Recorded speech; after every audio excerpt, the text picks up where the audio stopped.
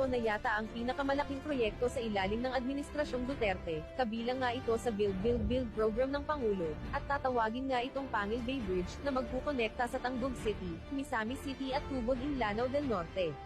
Malaking tulong nga ito sa nasabing mga lugar dahil ang 2.5 oras na biyahe, ay magiging 7 minutes na lang.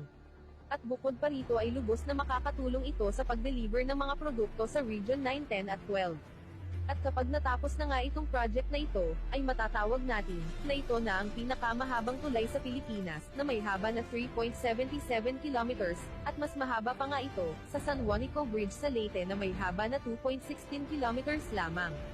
Hanggang sa ngayon nga ay patuloy pa rin ang kanilang operasyon 24/7, at ayon nga sa DPWH ay matatapos na ito bago matapos ang termino ng mahal na Pangulo. Tunay ngang walang ibang iniisip ang gobyerno natin kundi para sa kapakanan ng taong bayan lamang. Marami mang mga kritiko na kontra sa magandang ginagawa ng gobyerno, ay hindi nga ito nagpapatinag at tuloy pa rin ang kanilang pagsiserbisyo sa bayan.